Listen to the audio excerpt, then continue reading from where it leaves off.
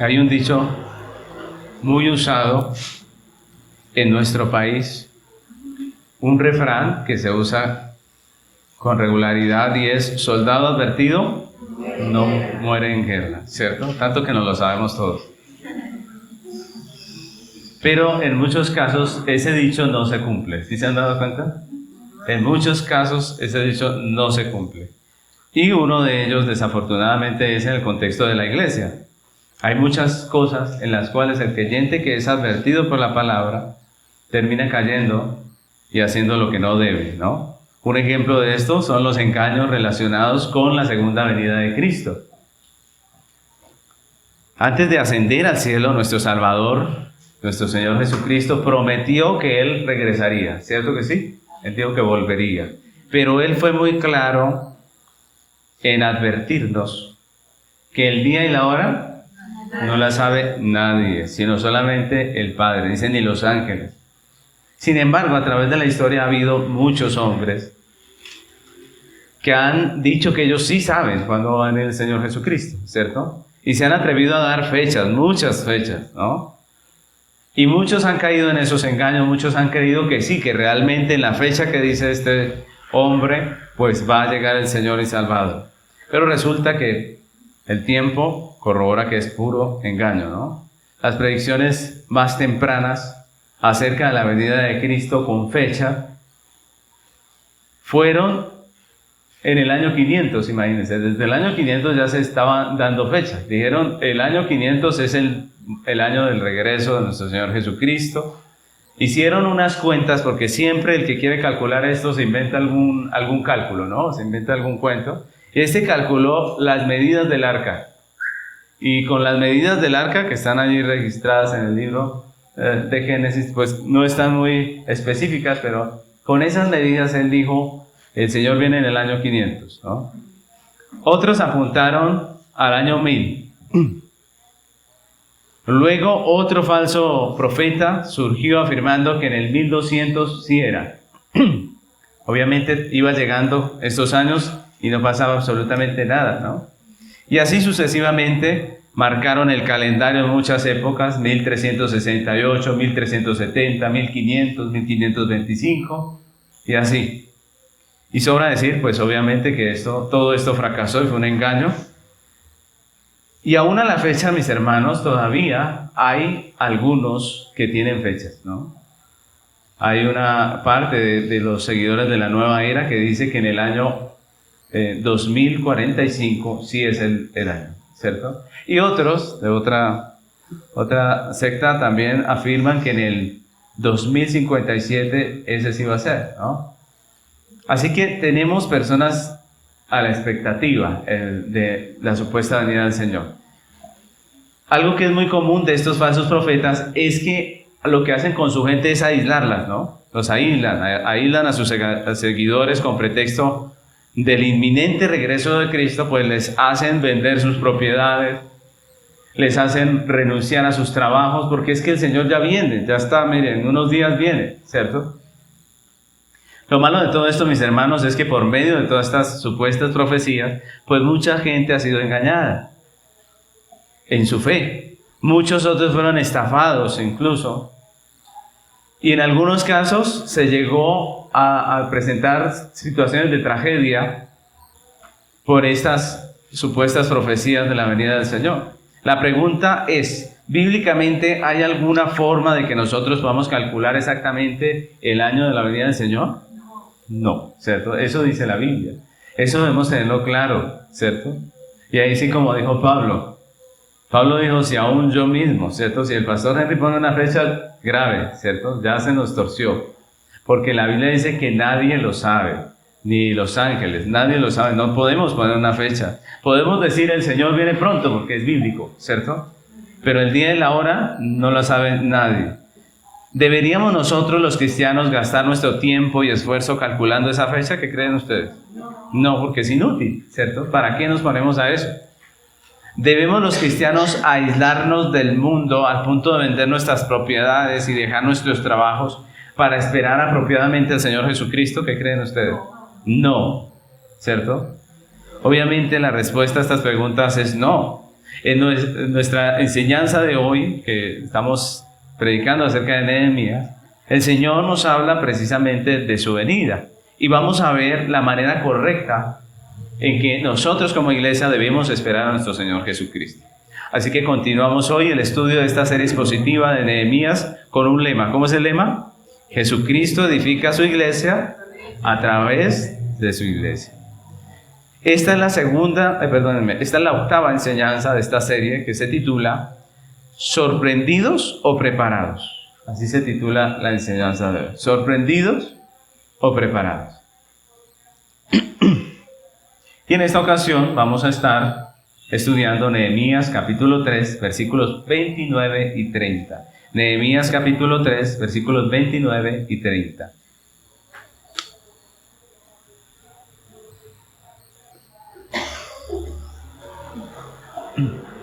Dice la palabra del Señor.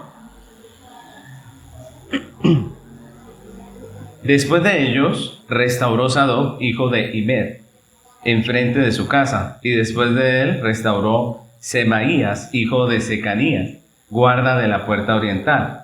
Tras él, Ananías, hijo de Selemías, y Anún, hijo sexto de Salaf, restauraron otro tramo.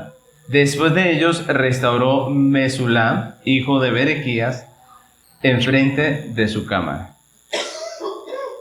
Entonces hemos estado avanzando por medio de este estudio de Nehemías. Hemos hablado de quién es Nehemías, de cómo era un hombre que entendió el llamado de Dios en donde estaba, que su posición, la posición como copero, amigo del rey prácticamente, allegado al rey, pues no era una posición simplemente para su beneficio, sino que eso tenía que ver con la obra de Dios y que él tenía un deber de ir y ayudar a la reconstrucción del muro. Y así lo hizo. Este hombre sacrificó su comodidad, sacrificó su estabilidad allí con el rey y se fue a reconstruir este muro, una cosa que era peligrosa, donde obviamente iba a tener oposición, pero todo esto porque él entendió que su presencia allí no era para que él fuera feliz y tuviese todos los beneficios que tenía en el palacio, sino para la gloria de Dios. Este hombre emprende ese viaje, llega allí y en el capítulo 3 nos muestran lo que se reconstruyó, cómo se reconstruye el muro.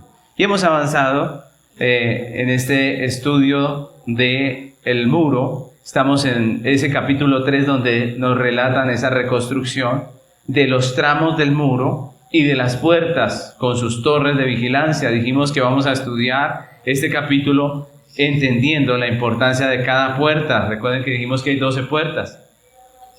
Cada puerta de la ciudad para la vida de la ciudad, ¿no? Era importante para algo para la ciudad, ¿cierto? Y a la luz de esa importancia de la puerta en la ciudad, pues vamos a recordar, a examinar también elementos importantes en la vida de la iglesia que necesitan ser cuidados o restaurados según sea la necesidad.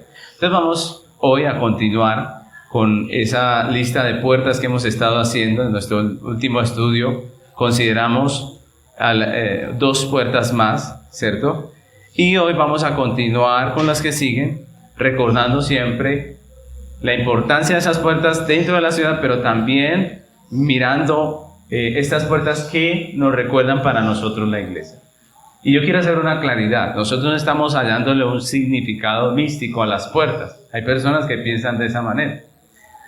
Pero nosotros sabemos que la Biblia no está encerrando allí ninguna cosa mística. Las puertas sencillamente eran puertas de la ciudad que se usaban para cosas normales como lo hemos estado estudiando. Pero a la luz de la necesidad que tenía la ciudad de aquella puerta y de las cosas elementales que toda ciudad necesita, pues estamos nosotros viendo también que en el pueblo de Dios, que es la iglesia, hay algunas necesidades que debemos nosotros suplir, hay unos elementos que deben estar presentes y que no podemos abandonar. Amén. Entonces vamos a continuar con nuestra lista. La siguiente puerta que aparece allí en nuestro texto es la puerta oriental. La puerta oriental.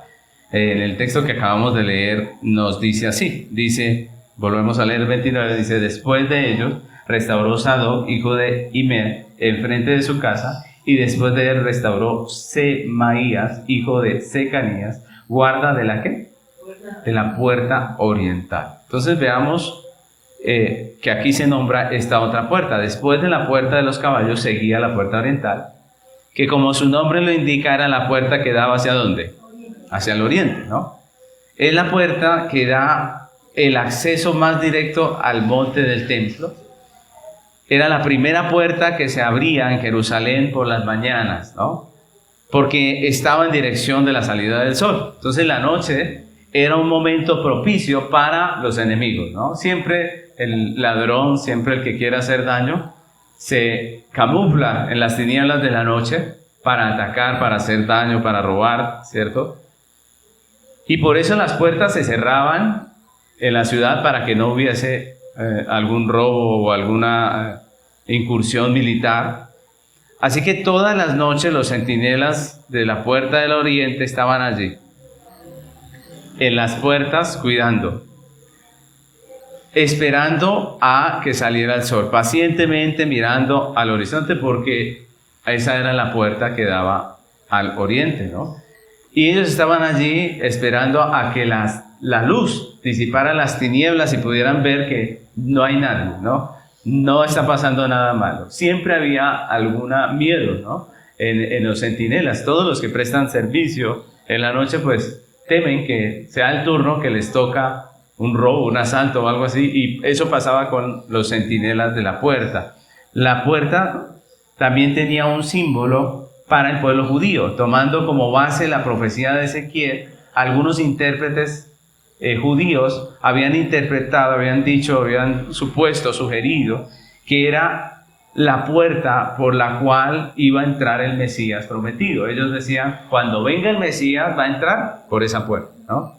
Esa era la interpretación de ellos. Ellos se basaban en el texto de Ezequiel 44, del 1 al 3, se los quiero leer, dice: y me hizo volver hacia la puerta exterior del santuario, la cual mira hacia el oriente, y estaba cerrada. Y me dijo Jehová, esta puerta estará cerrada, no se abrirá ni entrará por ella hombre, porque Jehová Dios de Israel entró por ella. Estará, por tanto, cerrada.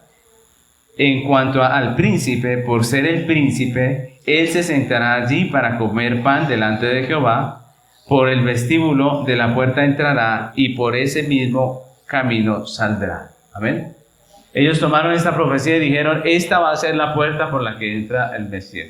Así que para el pueblo judío, esa puerta era la que anunciaba un nuevo día, la puerta que les recordaba la promesa del Mesías, que les daba esperanza y que les alimentaba esa expectativa de su regreso. Para el judío esto era una realidad. Cuando el judío estaba reconstruyendo la puerta, él sabía, ¿no? Así como era importante para ellos la puerta del pescado, así como eran importantes las diferentes puertas, también esta para ellos representaba algo importante, ¿no?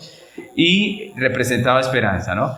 ¿Quiénes edificaron esta puerta? El texto nombra a Sadoc, que era hijo de Imer, a Semaías, hijo de Secanías, guarda de la puerta oriental, a Ananías, hijo de Selemías, Anún, hijo de Salab, Mesulán, hijo de Berequías.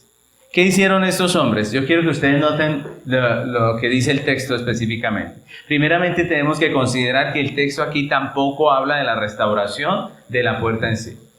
No se habla de la restauración de esta puerta. Es decir, que esa puerta al parecer tampoco estaba dañada. Se habla de los muros que quedaban frente a las casas de estas personas, incluyendo obviamente al guarda de la puerta que vivía cerca de la puerta, ¿no? Entonces miren lo interesante. Sin embargo, en estos dos versículos se utiliza 4 veces la palabra restaurar para hablar acerca de lo que estos hombres hicieron con el muro, ¿no? Ellos lo que hicieron fue levantar el muro sobre el cual descansaba la puerta. De nuevo, la puerta estaba bien, la puerta no necesitaba ser reparada, pero se nos dice que ellos hicieron el muro o reconstruyeron, reedificaron el muro.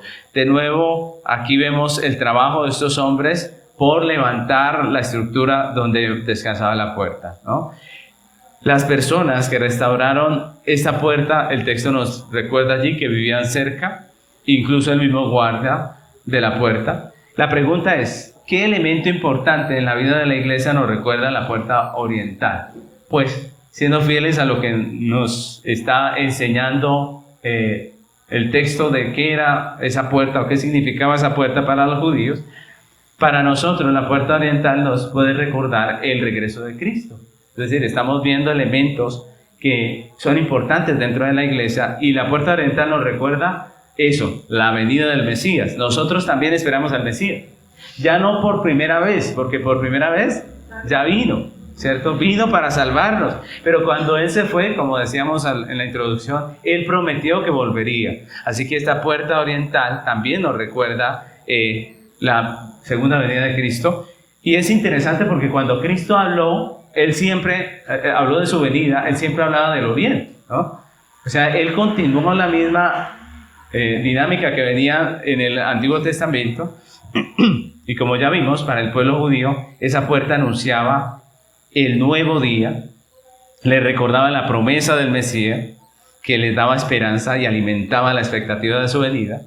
Y podemos decir que en realidad sucedió. En realidad sucedió así como ellos pensaban. ¿Por qué? Porque cuando vino Jesús el Mesías, Él entró a Jerusalén en lo que nosotros conocemos como la entrada triunfal. ¿Sí recuerdan la entrada triunfal de Jesús? Al parecer, Él lo hizo por esa puerta, por la puerta oriental. Pero no fue como muchos esperaban. ¿Cómo esperaban ellos que llegara el Mesías? Como un gran guerrero, tal vez con un ejército tremendo, que les libertara de los romanos que los tenían allí subyugados, ¿cierto?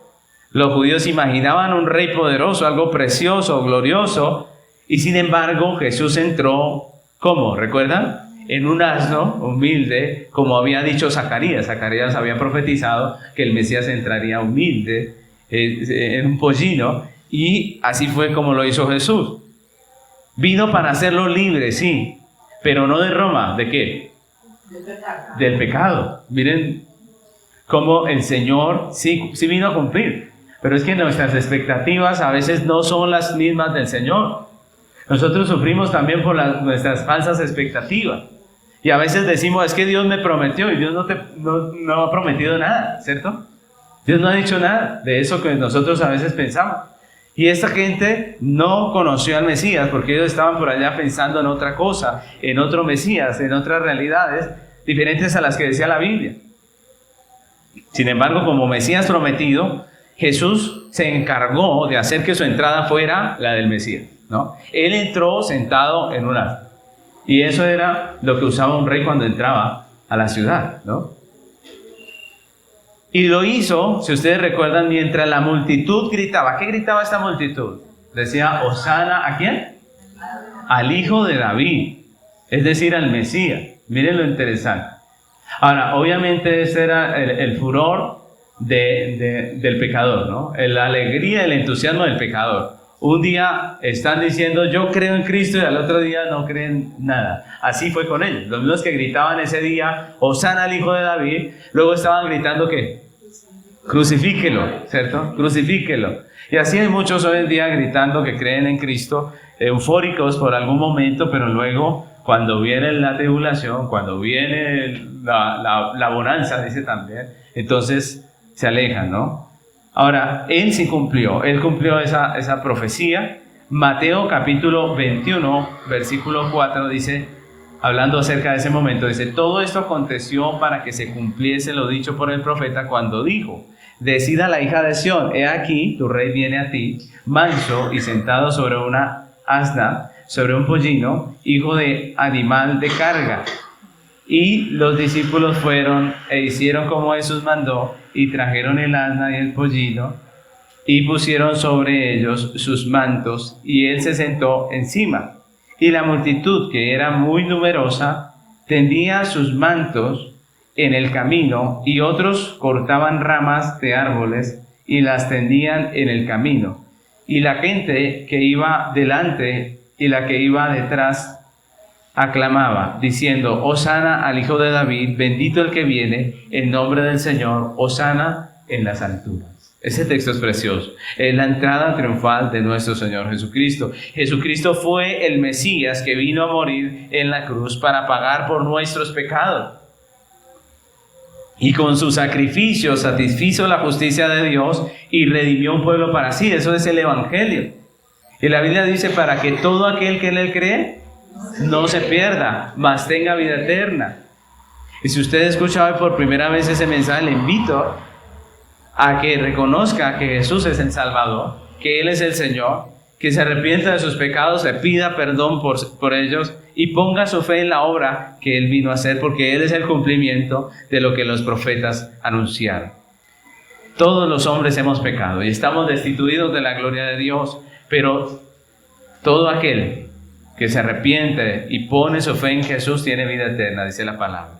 Ahora, como los judíos no creyeron en Jesús como Mesías, ellos todavía están esperando que venga y que entre por la puerta oriental. Ellos todavía esperan que eso suceda. Tanto será que en el año 1540 un rey otomano, obviamente estos no creen en Cristo, obviamente no creyeron en el mensaje de Cristo, según se cuenta, con el propósito de frustrar esa promesa de que Él iba a entrar, de que el Mesías iba a entrar por ahí, mandó a sellar esa puerta con un muro anchísimo. Dijo, por aquí no va a entrar, ¿cierto? Y lo que hizo fue sellar esa puerta. Por eso, en la actualidad, esa puerta está sellada. En realidad, la puerta oriental está sellada. Aún así, los judíos esperan que cuando venga el Mesías, Él va a derribar ese muro y va a entrar por ahí, ¿no? Ahora, algunos cristianos, tomando como literal la profecía de Ezequiel, también creen que Cristo en su regreso va a entrar por esta puerta, ¿no? Ojo, porque hay algunos cristianos que lo creen de esa manera. Lo más probable, mis hermanos, es que no. Lo más probable es que no entre por esa puerta. El Señor entró por esa puerta como rey. Toda la profecía de Ezequiel, si ustedes la estudian, apunta a Jesús como Mesías y a la iglesia como el nuevo templo. El nuevo templo es la iglesia. Jesús lo dijo cuando estaba aquí en la tierra. El nuevo templo es la iglesia, ¿cierto? Él dijo, destruyan ese templo y en 3 días lo levantaré.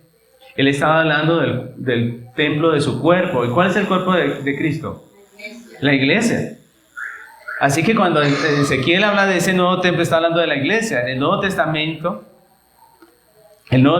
que también podemos llamar el pacto cumplido, nos deja claro que el propósito de Dios no es con la nación de Israel, sino con una iglesia en todas las naciones. Ese ha sido siempre el propósito de Dios. Jesús dijo que el templo es su cuerpo, la iglesia. Pablo dijo que no es judío el que desciende de Abraham, sino el que cree en Cristo. No es judío el que desciende de Abraham, sino el que cree en Cristo. La Biblia en el Nuevo Testamento dice que nosotros somos el Israel de Dios, y siempre lo ha sido. Ustedes pónganse a pensar. Algunos piensan que en el Antiguo Testamento la iglesia eran los judíos, los israelitas. Pero pónganse ustedes a pensar, ¿Adán era israelita? No era israelita. ¿Noé era israelita? No, Noé es muchos años antes de Israel, ¿cierto? El mismo Abraham no era israelita. Ahora, cuando Dios escoge a Abraham y a su descendencia, de ahí para allá todos fueron israelitas. La pregunta es, ¿Rahab fue israelita? ¿Ruth fue israelita? ¿Recuerdan a Ruth? ¿Cómo le llamaban Ruth? La Moabita, ¿cierto? Entonces miren lo interesante, la iglesia nunca ha sido simplemente la nación de Israel, ¿no? Eso no es así, es más, Dios escogió a la nación de Israel para hacer luz a las naciones, para hacer luz a las naciones. Por eso tenemos que tener cuidado, porque hay personas que creen diferente, piensan que al final Dios va a restaurar otra vez el templo físico. Ya hay gente que está tratando de reconstruirlo. Pregunta, si se reconstruyera el templo físico, ¿valdrían los sacrificios para el Señor? ¿Qué dicen ustedes? ¿Por qué? Porque el Cordero ya fue inmolado. ¿Cuántas veces? Una vez. Para siempre. ¿Ya sacrificar un animal para el Señor? No sería agradable delante de sus ojos. ¿Por qué? Porque una vez fue hecho el sacrificio para siempre. Nosotros no podemos creer, como muchos cristianos piensan, desafortunadamente, que el Señor va a restaurar a Israel y que al final todos vamos a ir al templo y todas estas cosas. No, eso no es lo que la Biblia dice. La Biblia habla de su iglesia. El cumplimiento de las profecías fue Cristo. Cuando vino, Él cumplió esa profecía. Entonces la puerta oriental nos habla a nosotros, creyentes de Cristo, entrando en Jerusalén, pero no en la Jerusalén física, sino viniendo por su iglesia, volviendo por su iglesia con poder y gran gloria. Así dice la Biblia. Ahora, la Biblia dice que todo ojo le verá. Miren que Él no va a entrar por esa puerta oriental, porque cuando Él venga, dice la Biblia que todo ojo le verá. Dice, por ejemplo, en Mateo capítulo 24, versículo 25. Les invito a que lo busquen. Entonces, el regreso de Cristo será como la salida del sol que esperaban los centinelas de la puerta oriental. Así va a ser. Como la salida del sol que esperaban los centinelas de la puerta oriental. Mateo 24, 25 dice, hasta el 27 dice, ya os lo he dicho antes, así que si os dijeren, mirad, está en el desierto, ¿qué dice? No salgáis. O mirad, está en los aposentos, no lo creáis. Mateo 24, 27 dice, porque como el relámpago que sale del oriente y se muestra hasta el occidente, así será también la venida del Hijo del Hombre. Como el sol cuando sale en el oriente y se muestra hasta el occidente, así será la venida del Hijo del Hombre. Es decir, cuando Él venga, todo ojo le verá. No le van a ver las personas que estén allí en Jerusalén. Si fuera a entrar por la puerta oriental, ¿quiénes lo ven?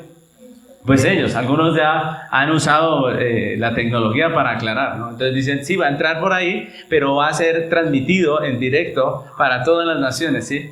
Pero eso no es lo que quiere decir el Señor. El Señor no está hablando de una televisión. Él está diciendo que Él es el Señor. Y cuando Él venga, todos nosotros le veremos. Va a ser algo glorioso, maravilloso. Y eso es la realidad. Mis hermanos, en cuanto a los últimos tiempos hay muchos errores que se han vuelto película. Nosotros no podemos tener como dicen las películas, sino como dice ¿quién? La Biblia, las Escrituras. Todo ojo le verá y la iglesia está llamada a esperar velando como los centinelas. Siempre el Señor habla de su venida como el sol saliendo y nosotros como los centinelas de la puerta oriental. Dice, por ejemplo, 2 de Pedro 1:19, hablando de la Biblia como aquella que nos ilumina mientras que viene el Señor. Dice, tenemos también la palabra profética más segura, la cual hacéis bien en estar atentos como a una antorcha que alumbra en lugar oscuro hasta que el día esclarezca y el lucero de la mañana salga en vuestros corazones. Mis hermanos, el lucero de la mañana es Cristo. Estamos esperando que ese lucero de la mañana salga, que resplandezca la perfecta, gloriosa venida de nuestro Señor Jesucristo. Pero la forma en que el creyente está llamado a esperar el regreso de su Señor no es como espectadores nada más, sino como siervos. La Biblia nos dice que esperemos como siervos. Lucas, por ejemplo, capítulo 12, versículos 35. Vamos a leer hasta el 38, dice la palabra, se los leo. Estén ceñidos vuestros lomos y vuestras lámparas encendidas, y vosotros sed semejantes a hombres que aguardan a que su Señor regrese de las bodas, para que cuando llegue y llame, le abran enseguida. Bienaventurados aquellos siervos a los cuales su Señor cuando venga halle velando. De cierto os digo, que se ceñirá y hará que se sienten a la mesa y vendrá a servirles. Y aunque venga a la segunda vigilia, y aunque venga a la tercera vigilia, si los hallare así, bienaventurados son aquellos siervos. Miren la relación con lo de la puerta, ¿no? Siempre el Señor habla de su venida, que va a venir en medio de la noche, que nosotros debemos estar, ¿qué? Velando, como los centinelas. Un buen centinela es el que se mantiene despierto para cuando venga el Señor Salvador. El creyente es un siervo de Dios que vive para Él.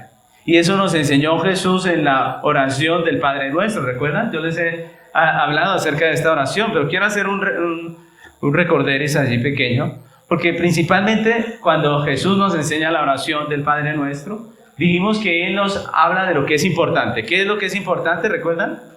Primero, ¿no recuerdan? Su nombre. Segundo, su reino. Y tercero, su voluntad. ¿Recuerdan? Su nombre, su reino y su voluntad. Esa es la oración. La oración habla de que nosotros como creyentes debemos glorificar su nombre o santificar su nombre, ¿cierto? Pero también habla acerca de que debemos anhelar su reino, buscarlo y hacer su voluntad. La Biblia, la oración dice que se hacha su voluntad aquí en la tierra como en el cielo. Pero luego, miren lo interesante, luego vienen unas peticiones que están relacionadas precisamente con esas tres cosas. Las peticiones también son relacionadas con eso. Por ejemplo, nosotros pedimos pan, que es el sustento, el pan nuestro de cada día. ¿Para qué? Pues para buscar su reino, ¿cierto? Pedimos que perdone nuestras deudas para que podamos santificar su nombre. Pedimos que nos libre de la tentación y del maligno para que podamos hacer su voluntad. Miren que todo va en torno a esas tres cosas. Y termina diciendo, porque tuyo es el reino. Tuyo es el poder para hacer la voluntad, tu voluntad, y tuya es la gloria, ¿cierto? Que nos recuerda la magnificencia de su nombre. Las tres cosas con las que empezamos. Toda la oración del Padre Nuestro nos habla de su nombre, su reino y su voluntad. Y la Puerta Oriental nos recuerda que los creyentes somos discípulos del Señor y que la vida del discípulo, como la oración del Padre Nuestro, debería tratarse ¿de quién? De Dios. De su nombre, de su reino, de su voluntad. La Biblia dice que el regreso del Hijo del Hombre será como en los días de Noé. ¿Y qué denuncia la Biblia cuando dice eso? Dice que estaban comiendo, ¿qué más? Bebiendo, casándose, dándose en casamiento, hasta que vino el diluvio y se los llevó.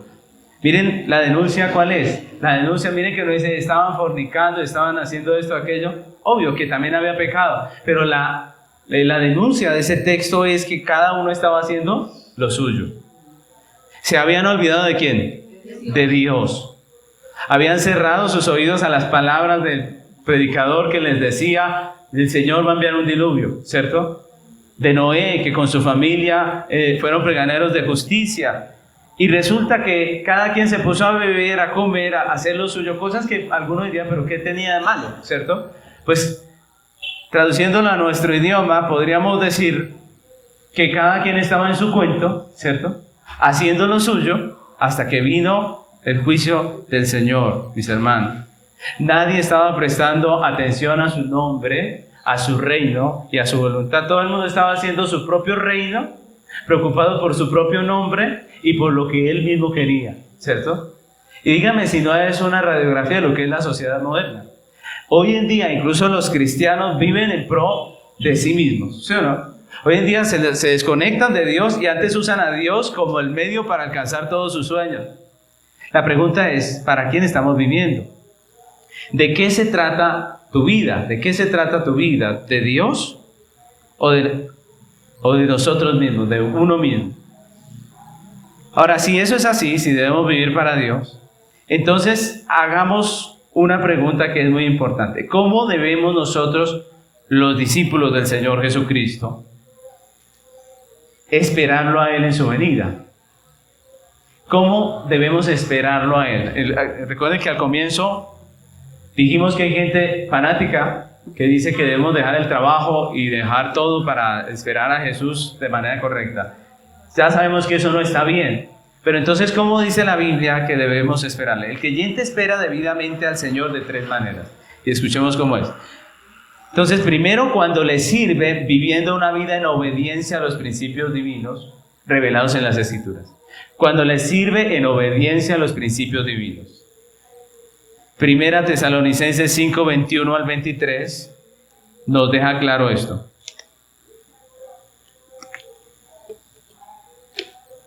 Primera Tesalonicenses 5, 21 al 23 dice, examinadlo todo, retened lo bueno. Ojo, examinadlo todo, ¿qué? Retened lo bueno. Podemos examinarlo todo, pero no podemos retenerlo todo. Absteneos de toda especie de mal, y el mismo Dios de paz os santifique por completo, y todo vuestro ser, espíritu, alma y cuerpo sea guardado, ¿qué? Irreprensible para la venida de nuestro Señor Jesucristo. Primera Tesalonicenses 5, del 21 al 23. ¿Cómo debe estar nuestra vida delante de Dios cuando Él venga? Irreprensible. Obviamente, nosotros sabemos que pecamos, ¿cierto? pero lo que nos está diciendo es que debemos perseverar en la santificación por el poder del Espíritu Santo. Esa es la primera manera en que debemos servir a Dios. ¿Cómo lo esperamos correctamente? Guardando obediencia a los principios revelados en la Escritura, santificando nuestra vida. Lo segundo es que también esperamos debidamente al Señor cuando le servimos con nuestro trabajo en obediencia al mandato cultural. Recordemos que hay un mandato en la Biblia, en Génesis 1:28, que es conocido como el mandato cultural, en el cual Dios comisiona al hombre para ser fructífero. Dice Génesis 1:28, y los bendijo Dios y les dijo: fructificad y multiplicaos, llenad la tierra y sojuzgadla, y señoread en los peces del mar, en las aves de los cielos y en todas las bestias que se mueven sobre la tierra. Génesis 1:28. Ese es el mandato cultural. ¿De qué nos habla el mandato cultural? Tiene que ver con que los hombres deben ser productivos, es decir, de bendición, a través de la vocación que Dios le da a cada uno. Ese es el mandato cultural. A cada uno le fue dada una vocación en esta tierra. Usted con su trabajo glorifica a Dios, porque usted se sustenta a sí mismo, sirve a su prójimo, le ayuda a su prójimo y glorifica a Dios. Y por eso la vocación de nuestros jóvenes debe ir enfocada más hacia lo que pueden hacer ellos en la sociedad. ¿Qué es lo que más dinero produce? ¿Sí se han dado cuenta que es la pregunta de hoy en día? Para darle consejos a un joven que está saliendo del bachillerato. Entonces dicen, pues ¿qué es lo que más está dando plata? ¿Cierto? Y todo el mundo vive con esa codicia, y ahorita programación está dando bueno, ¿cierto? Y todos quieren ser programadores. ¿Por qué? Porque es lo que está dando plata. Pero Dios a cada uno le dio un talento. Dios a cada uno le dio un talento. Hay gente que dice, por ejemplo, ahorita está muy de moda las redes sociales, y hay muchas doctores, doctoras que han dejado el oficio por dedicarse a producir contenido en algunas plataformas que son hasta inmorales, ¿cierto? Porque en eso les va muy bien y les pagan mejor que lo que les pagaban en el hospital. Pues sí, y ahora tienen un mejor sueldo, pero ¿no creen que están abandonando su qué? Su vocación. Es que si todo en la vida fuera dinero, pues hagamos lo que está haciendo todo el mundo. Todo el mundo se está yendo de viaje para otro país para ganarse más dinero. Todo el mundo está desnudándose en las redes sociales para ganar dinero. No estoy diciendo que lo de irse para otro país sea pecado, ¿no? No me van a malinterpretar. Pero si lo único que hay en su corazón es ganar dinero, pues piénselo, ¿cierto? Muchos se desnudan en las redes sociales porque eso sí da plata y harta y rapidito. Y todas esas cosas que el mundo está haciendo, porque cuando el mundo dice el objetivo es el dinero, el refrán es todo se vale, ¿cierto? Todo se vale para obtener el dinero. Pero la pregunta es, ¿todo es dinero en la vida? ¿Qué creen ustedes? ¿Saben cuándo se da uno cuenta que el todo no es dinero en la vida? A medida que va envejeciendo, uno va diciendo, pues, ¿de qué me sirve si yo muero al final con tanto dinero? ¿Cierto? ¿De qué sirve? De nada, ¿cierto? Al fin y al cabo todos quedamos allí, físicamente nuestro cuerpo queda allí en la tierra. A todos se nos come el gusano, ninguno es de oro. Todos terminamos igual en esa tierra. Entonces, ¿de qué sirve todo esto, no? Pero la Biblia nos dice que nosotros vivimos por algo mucho más excelente que el dinero, que la comida y el vestido, dijo Jesús, ¿cierto? Es más, la vocación es importante dentro del mandato cultural. El Señor dijo, sean productivos en lo que yo les doy. No abandonen una vocación por dinero. Porque si usted es, por ejemplo, un doctor, pues sus pacientes le necesitan. Si usted es profesor, sus alumnos le necesitan. ¿Para qué está aquí? No, sí, yo le aseguro que hay muchos más negocios que producen más dinero. Le aseguro. Con menos esfuerzo. Pero la pregunta es, ¿solamente estamos aquí por dinero? La gente necesita un doctor, necesita un abogado, necesitamos los unos de los otros. Estamos aquí con un mandato. El Señor dijo, vayan, sean fructíferos, multiplíquense, sean de bendición para esta tierra. Y ese es el mandato cultural. De esa manera también estamos sirviendo al Señor. Usted con lo que hace en su trabajo está glorificando a Dios. Sí, porque algunos piensan que es el pastor el que sirve a Dios. No, el pastor, pero el médico también, ¿cierto? El abogado también, obviamente haciéndolo para el Señor. Es el mandato cultural. Y finalmente, porque dije que eran tres, Finalmente, esperamos al Señor de manera correcta cuando servimos como embajadores del cielo, predicando el Evangelio, cumpliendo la gran comisión. Esa es otra manera en que debemos servir al Señor. Marcos capítulo 16, 15 dice, y les dijo, id por todo el mundo, predicad el Evangelio a toda criatura. El que creyere y fuere bautizado será salvo, mas el que no creyere será condenado. Es parte de lo que nosotros debemos hacer. La Puerta Oriental nos recuerda que como el pueblo de Dios que somos, debemos vivir vigilantes esperando el regreso de nuestro Señor Jesucristo. El Salmo 130, versículo 6 dice, mi alma anhela, mi alma espera a Jehová, más que los centinelas a la mañana, más que los vigilantes a la mañana. Eso es un precioso texto, ¿no creen ustedes? Y así debemos esperar al Señor. Debemos anhelarle más que los vigilantes de la Puerta Oriental anhelaban ver la luz del día, ¿cierto? Así debemos anhelarle nosotros. Como los judíos, la iglesia necesita restaurar la doctrina del regreso de nuestro Señor Jesucristo, para que cada creyente pueda vivir en esta vida de una manera correcta, con una expectativa bíblica de su regreso, esperando a Dios como nos enseña la palabra de Dios. Amén. La pregunta es, ¿cómo estamos esperando al Señor? ¿Cómo debemos? ¿Cierto? Ahora, la segunda puerta que vamos a ver hoy es una puerta que no se nombra en la descripción del capítulo 3. Pero, como estamos viendo en las puertas, ¿cierto? Y esta puerta hacía parte del muro, pues la vamos a ver. Rápidamente les quiero decir que se trata de la puerta de Efraín. Efraín, ahí no se nombra. No la encontramos en este capítulo porque, como veremos más adelante, lo más probable es que cuando Nehemías llegó ya estaba reconstruida, ya alguien la había reconstruido. Pero dentro del libro de Nehemías podemos encontrarla mencionada en varias partes. Por ejemplo, si vemos Nehemías 8:16, Nehemías 8, versículo 16, miren lo que dice.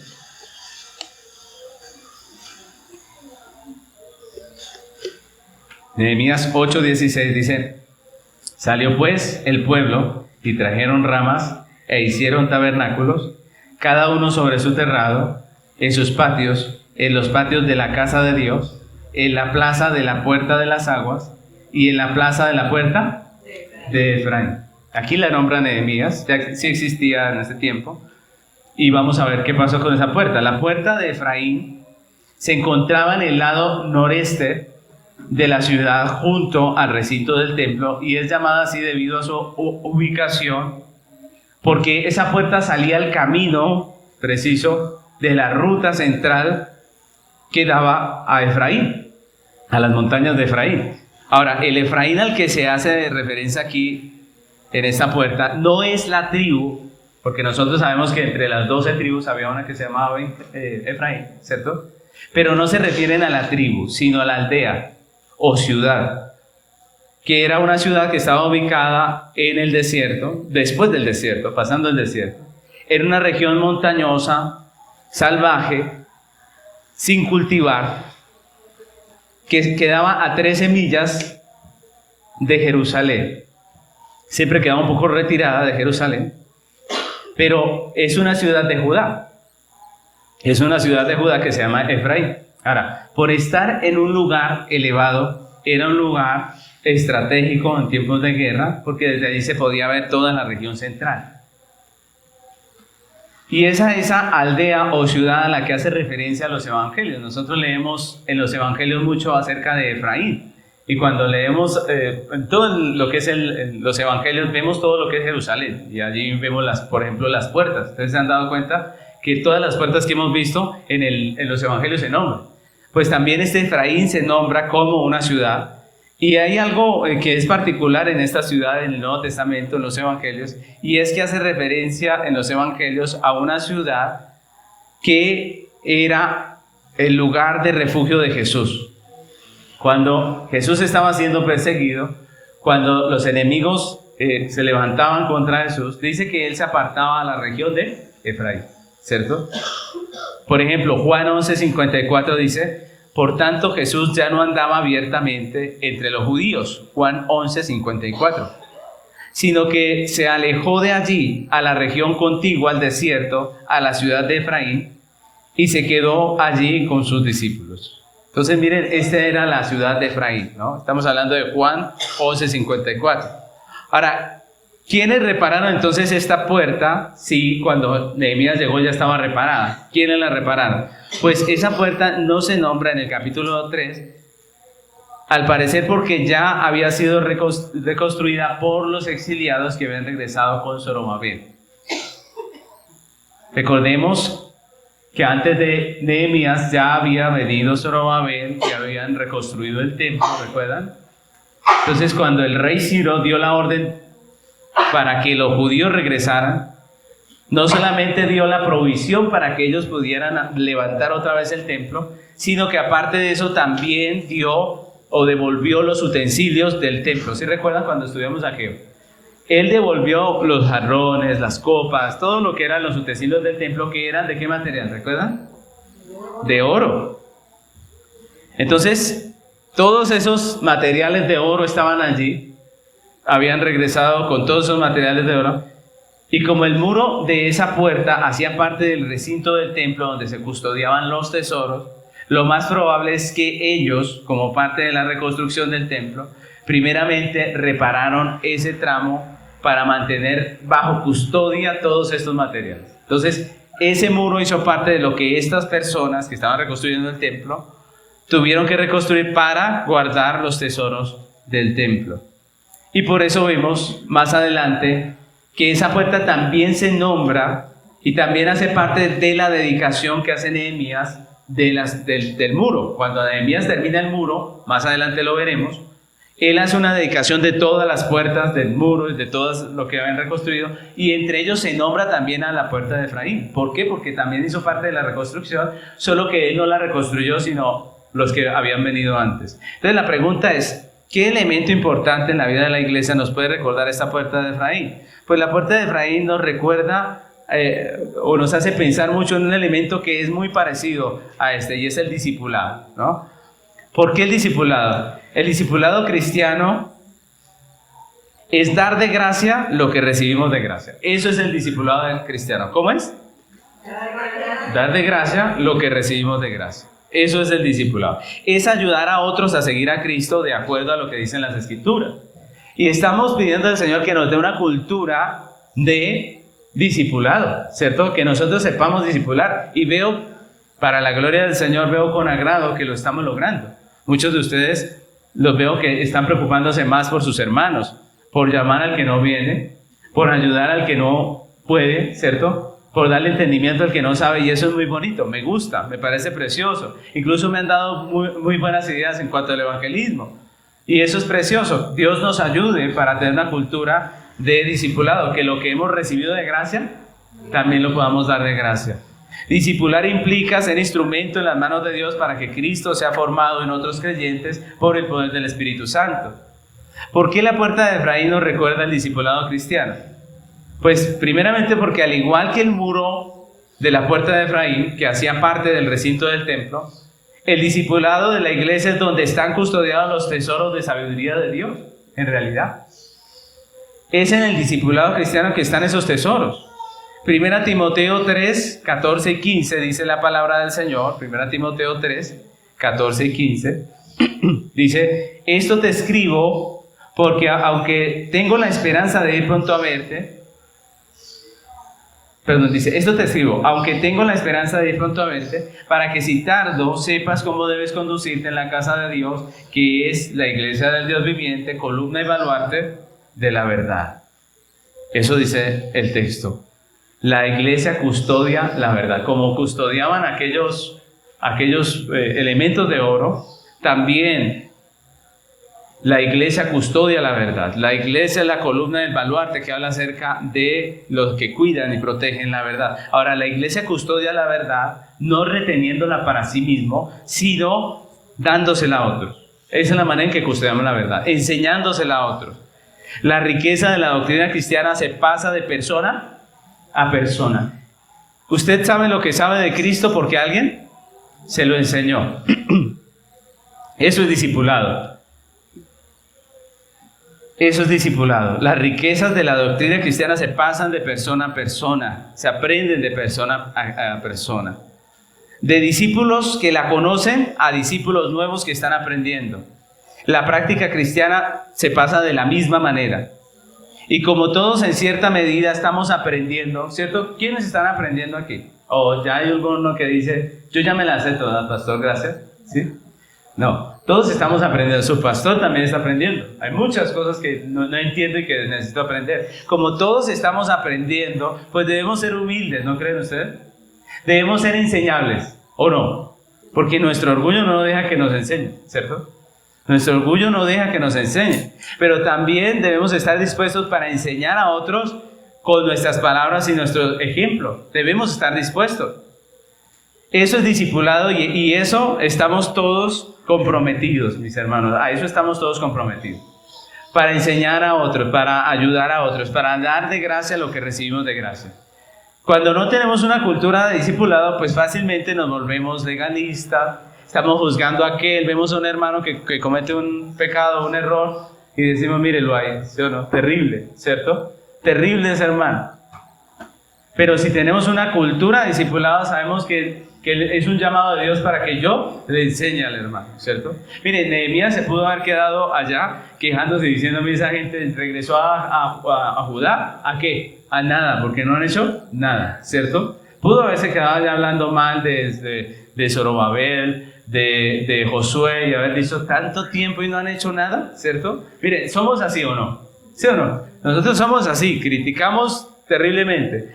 Pero Nehemías dijo, me están llamando, ¿cierto? Este es mi lugar, yo estoy llamado a hacer algo. Eso es discipulado. Cuando tenemos una cultura de discipulado, sabemos que debemos ayudar, que nosotros somos el samaritano que debe hacer algo por esa persona que está necesitando. Mis hermanos, otra razón por la que la puerta de Efraín nos recuerda al discipulado eclesiástico es porque, al igual que esa puerta, el discipulado nos lleva a zonas no cultivadas. Eso era Efraín, una zona no cultivada. Mateo 28, 18 dice, y Jesús se acercó y les habló diciendo, toda potestad me es dada en el cielo y en la tierra. Y vamos a leer hasta el 20, Mateo 28, 18 al 20. Dice, por tanto, id y haced discípulos a todas las naciones, bautizándolos en el nombre del Padre y del Hijo y del Espíritu Santo, y enseñándoles que guarden todas las cosas que os he mandado, y de aquí yo estoy con vosotros todos los días hasta el fin del mundo. Amén.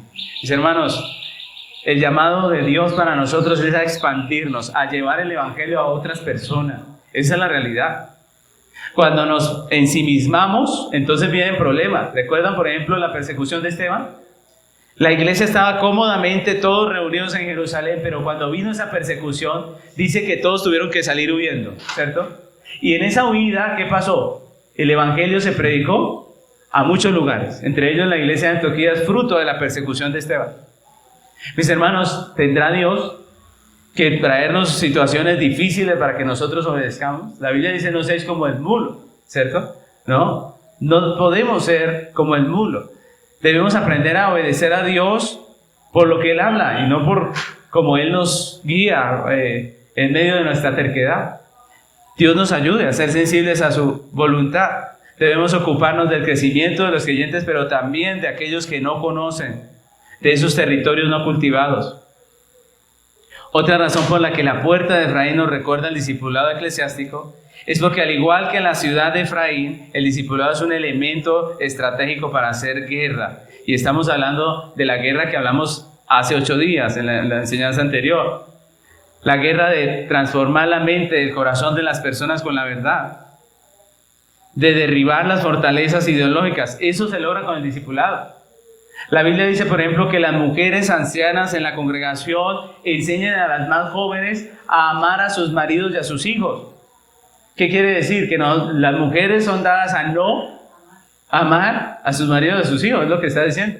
Y que las creyentes sí saben que la Biblia dice que hay que hacerlo, ¿cierto? Y que ellas le van a cambiar la mentalidad. Mire, van a venir, si Dios lo permite, muchas mujeres, hoy en día en la cultura en la que vivimos, muchas mujeres con un pensamiento libertino, terrible. Y el encargo de Dios es, con amor y con paciencia, enseñarle a esas mujeres lo que dice la Biblia, ¿cierto? Y esa es tarea de las mujeres, ¿cierto? Miren lo importante, esa es nuestra labor en el discipulado. La puerta de Efraín nos recuerda nuestro deber, nuestra realidad. Mis hermanos, por último, la puerta de Efraín nos recuerda el discipulado eclesiástico, porque al igual que la ciudad de Efraín, para el Señor Jesucristo, el discipulado es ese lugar de refugio ante el asedio del enemigo, del mundo, de las falsas doctrinas, mis hermanos. Es difícil vivir en la realidad que vivimos como cristianos, ¿no creen ustedes? Todo el mundo está en contra de lo que decimos, hablamos de moralidad, la gente está en contra, hablamos de creer en Dios, todo el mundo dice, eso es un cuento viejo, ya no deberían ustedes pensar en eso, ¿cierto? Vivimos en una sociedad tan entregada al pecado que es difícil. Groseros, maldicientes, fornicarios, de todo, eso es lo que nos rodea. No es fácil vivir en medio de todas esas realidades. Pero cuando nosotros volvemos a la iglesia, venimos, escuchamos gente hablar como nosotros. Cuando tenemos relación con un hermano, nos llamamos por teléfono y eso, escuchamos a alguien que piensa como nosotros, que está sufriendo como nosotros la persecución, que anhela como nosotros, que desea la venida de Cristo. Nosotros hallamos refugio, como Jesús en Efraín, hallamos refugio. Que estas personas nuevas que vienen, que se sientan aquí, que están aprendiendo, puedan hallar un refugio en el discipulado, en nuestro deber como creyentes de llamar, de ayudar, de sostener, que es nuestra razón de ser en esta tierra, el Evangelio y el reino de Cristo. Mis hermanos, la Biblia dice, mirad cuán bueno y cuán delicioso es habitar los hermanos juntos en armonía. Qué bueno que podamos nosotros también ser movidos a nuestro deber como discípulos que discipulan.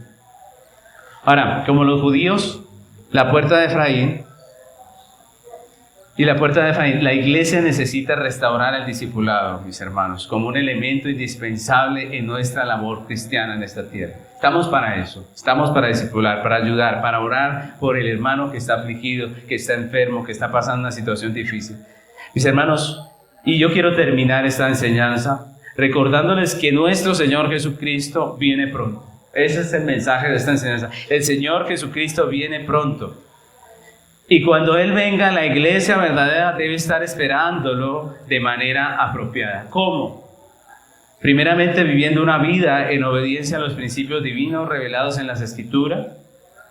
Segundo, siendo productivos y de bendición a través de la vocación que Dios nos dio para nuestro bienestar y el de los demás, aportando para el bien del prójimo, para el bien de la sociedad, de la creación y principalmente para la gloria de Dios. Sirviendo como embajadores del cielo, predicando su evangelio, cumpliendo la gran comisión. Y finalmente, discipulando, mis hermanos, ayudando a otros a seguir a Cristo de acuerdo a lo que dice la Escritura, siendo instrumentos en las manos de Dios para que Cristo sea formado en otros creyentes por el poder del Espíritu Santo. Ese es el llamado que tenemos como iglesia.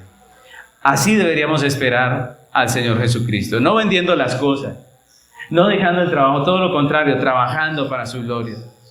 El Señor nos ayude y podamos nosotros, el día que regrese, que nos haya siendo así. La pregunta es, cuando regrese nuestro Señor Jesucristo, ¿cómo nos encontrará? ¿Sorprendidos de que llegó el Señor? Porque así es cuando uno está haciendo algo indebido y llega alguien, como que, ¿qué pasa? Esa persona se sorprende. Usted no ha cogido a sus hijos haciendo algo indebido, ¿cierto? Saltan de una vez. ¿Cómo nos encontrará el Señor en su regreso? ¿Sorprendidos o preparados? ¿Qué dicen ustedes? Preparados. Ese es el objetivo. La iglesia de Dios debe estar preparada. El Señor nos advirtió y Él nos dice, estad pues preparados, porque el día que no pensáis, el Hijo del Hombre vendrá. Amén. Así que vamos a terminar orando al Señor, dándole gracias por esta palabra y pidiéndole que nos ayude con esas cosas que Él nos ha enseñado hoy acerca de su venida. Amén. Vamos a orar. Les invito a que se pongan sobre sus pies. Vamos a pedirle al Señor que nos ayude.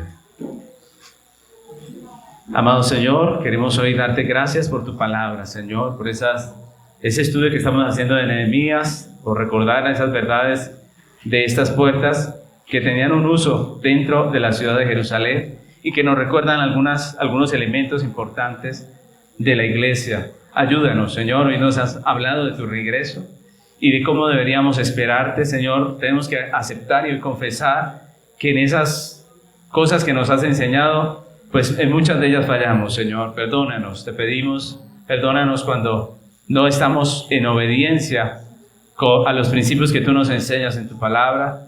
Perdónanos, Señor, cuando no somos productivos ni de bendición para los demás, cuando no nos importa eso, sino solamente nosotros mismos, cuando lo único que queremos es nuestro bienestar y no el de los demás.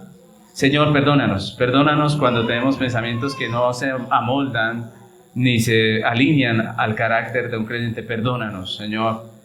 Perdónanos cuando no vivimos para tu gloria, cuando vivimos como aquellas personas del tiempo de Noé que se habían olvidado de ti. Y ayúdanos, Señor, ayúdanos. Perdónanos cuando no hemos servido como embajadores de Cristo, predicando el Evangelio. Perdónanos cuando no hemos sido discípulos que discipulan, cuando no hemos ayudado a otros a conocer la verdad de Cristo, cuando no hemos aconsejado ni animado a nadie, cuando hemos sido indiferentes a las necesidades de los hermanos. Perdónanos, Señor, y ayúdanos, Señor. Queremos tener una cultura de evangelismo y discipulado dentro de esta congregación. Ayúdanos. Señor, solamente tú puedes darnos un corazón apropiado. Ayúdanos, Señor.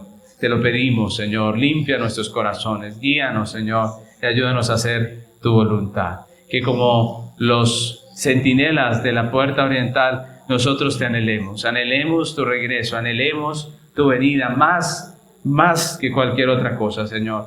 Ayúdanos, que vivamos en esta tierra para tu gloria, que vivamos en espera de tu regreso, Señor. Te lo pedimos y te damos gracias por todo lo que haces en nuestras vidas. En el nombre de Cristo Jesús. Amén.